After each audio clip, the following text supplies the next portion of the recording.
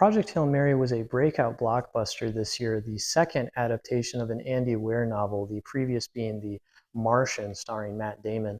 This film stars Ryan Gosling and his buddy A-Rod. I think a major factor in the breakout success of this film is that it is very optimistic, uplifting, and hopeful at a time when cinema has been kind of overrun by these dreary, gray, muddy-looking, cynical takes that are overly drenched in irony. This film stands out by being both uplifting and sincere. It is also a visual spectacle, which probably contributed to its theatrical success. I have multiple friends who saw this movie multiple times in theaters and also went out of their way to see it in premium formats such as IMAX.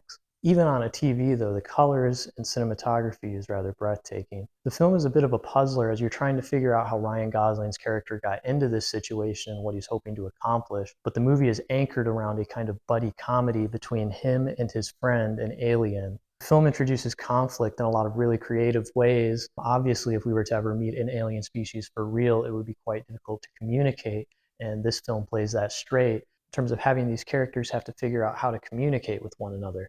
This leads to lots of misunderstandings, such as Rocky thinking that a thumbs down is a positive symbol. And much of the comedy in the film stems from these miscommunications. The visuals are very believable. A lot was done to accomplish this, and it actually does look like they are in space. There was some controversy as the director claimed that the film had no green screen shots, when obviously there is a lot of compositing done to accomplish this. I think his words were taken a bit out of context here, but this continues a running thread of VFX artists being largely dismissed as non-essential when the film would not exist without them.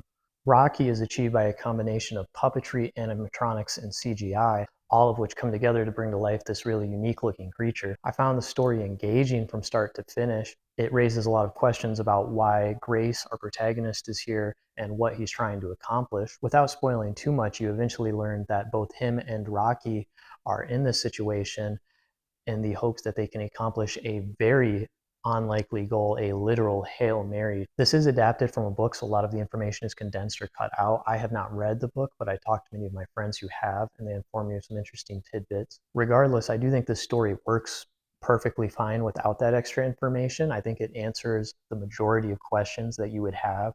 There's one thing I was a little confused about on my first watch, and on my second watch, I realized I just happened to miss a little 3-second tidbit that answered every question I had about that. Really, my only major gripe with this film is that the ending feels rather long and drawn out. It starts to feel almost Return of the King-esque in terms of how many final moments we get. It feels like the curtain is never gonna, close, but I do really like where it ultimately lands. And looking back, I'm not actually sure if I would cut anything. I think Ryan Gosling gives a really great performance as the astronaut Grace. I feel both of our characters in this film go through pretty compelling arcs. They're not the same people at the start of the film that they are at the end. I thought all of the comedy landed. I found its message very uplifting and hopeful. And I thought the visuals were rather visually spectacular. If you did not get a chance to see this in theaters, I would highly recommend it.